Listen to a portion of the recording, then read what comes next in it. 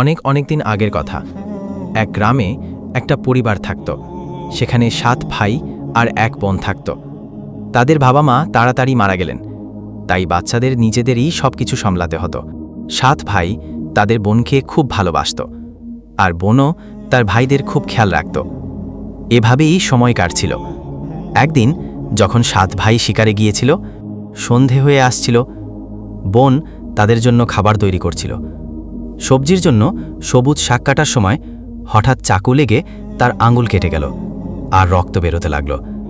প্রথমেই সে ঘাবড়ে গেল, কিন্তু নিজেকে সামলে নিয়ে ভাবল যে ভাইরা জানতে পারলে খুব চিন্তা করবে। তাই সে ঠিক করল যে এই কথাটা তাদের জানাবে না। সে তাড়াতাড়ি রক্ত মুছে ফেলার চেষ্টা করল, কিন্তু মনে হলো ভাইরা দেখলে হয়তো বুঝতে পারবে। অনেক চিন্তাভাবনা করার পর যখন সে কিছু বুঝতে পারল না, তখন সে তার রক্তমাখা হাতটা সেই শাকেই মুছে নিল, যেটা দিয়ে সে রান্না করছিল। সন্ধেবেলা 7 ভাই যখন বাড়ি ফিরল, বোন সবার জন্য খাবার পরিবেশন করল। সেই দিনকার শাক এত সুস্বাদু হয়েছিল যে 7 ভাই তো আঙুল চেটেপুটে খেল, আর বলল, বোন, আজকের শাকের স্বাদ অসাধারণ, এমন স্বাদ আগে কখনো পায়নি। বোন তাদের প্রশংসা শুনে হাসল। সে ভাবল, যাক, ভাইরা খুশি, এটাই বড় কথা। কিন্তু গল্পটা এখানেই শেষ হয়নি। পরের দিন 7 ভাইরা যখন জঙ্গলে শিকারে গিয়েছিল, তারা সবাই মিলে সেই শাকের কথা নিয়ে গল্প করছিল। সবাই মিলে ঠিক করল যে আজ বোনকে জিজ্ঞেস করবে যে ও শাকে এমন কি দিয়েছিল যার স্বাদ এত দারুণ হয়েছিল। সন্ধেবেলা 7 ভাই তাড়াতাড়ি বাড়ি ফিরে দেখে বোন রান্না করছে। তখন বড় ভাই তার কাছে গিয়ে বলল, বোন, কাল তুমি শাকে এমন কি দিয়েছিলে যার স্বাদ এত অন্যরকম ছিল? বোন প্রথমে কথাটা এড়ানোর চেষ্টা করল, কিন্তু বড় ভাই বারবার জিজ্ঞেস করায় সে বলল যে তার একটা আঙুল কেটে গিয়েছিল, আর সে তার রক্ত সেই শাকে মিশিয়ে দিয়েছিল।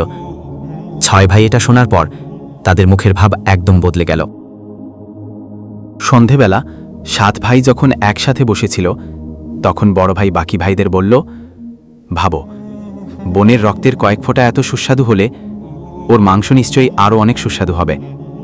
বাকি ভাইরাও এই ভয়ানক চিন্তায় রাজি হয়ে বলল, হ্যাঁ, নিশ্চয়ই বোনের মাংস খুব সুস্বাদু হবে। এখন 6 ভাইয়ের মনে বোনকে খাওয়ার লোভ জেগে উঠল, কিন্তু সবচেয়ে ছোট ভাই এটা শুনে খুব অস্থির হয়ে পড়ল। ভাবল, এটা কিভাবে সম্ভব যে কেউ নিজের পরিবারের সাথে এত ভয়ানক কিছু ভাববে? তখনই বড় ভাই বলল, কালকেই আমরা বোনকে মিথ্যে বিয়ের কথা বলে জঙ্গলে নিয়ে যাব, আর তারপর ওকে মেরে ফেলব। তারপর ওর সুস্বাদু মাংস খাব। সবাই হ্যাঁ বলে বড় ভাইয়ের কথায় রাজি হয়ে গেল।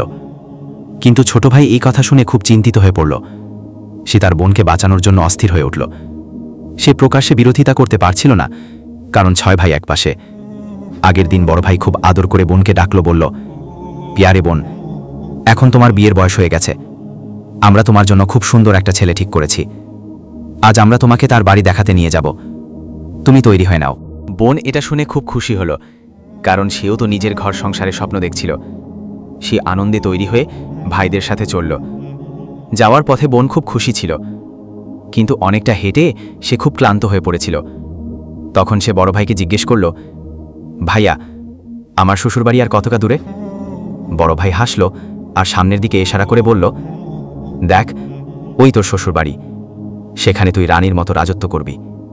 বোন এটা শুনে খুব খুশি হয়ে সামনের দিকে এগোতে লাগল, কিন্তু যেই সে একটু এগিয়েছিল, হঠাৎ করে তার সব ভাইরা মিলে ওকে ধরে ফেলল। বোন কিছু বোঝার আগেই ভাইরা ওকে একটা গাছের সাথে বেঁধে ফেলল। ভাইয়া, সে ভয় পেয়ে জিজ্ঞেস করল, কিন্তু তার ভাইদের মুখে এখন আর কোনো দয়া বা ভালোবাসা ছিল না। বড় ভাই আদেশ দিল, ওকে শক্ত করে বাঁধ। নিজের ভাইদেরকে হত্যাকারী রূপে দেখে বোনের বুকটা কেঁপে উঠল। সে ফুপিয়ে ফুপিয়ে কাঁদতে লাগল, আর ভগবানকে ডেকে বলতে লাগল, হে ভগবান, আমার নিজের ভাইরাই আমাকে মারতে চাইছে, এদের মধ্যে কি আমার জন্য কোনো দয়া বা ভালোবাসা নেই? তার কথা শুনে ছোট ভাইয়ের চোখ ভিজে গেল। ওর হৃদয়টা কেঁপে উঠল, কিন্তু 6 ভাইয়ের বিরুদ্ধে যাওয়ার সাহস ওর ছিল না। বোনকে বাঁধার পর বড় ভাই একে একে সবাইকে তীর ছড়ার আদেশ দিল।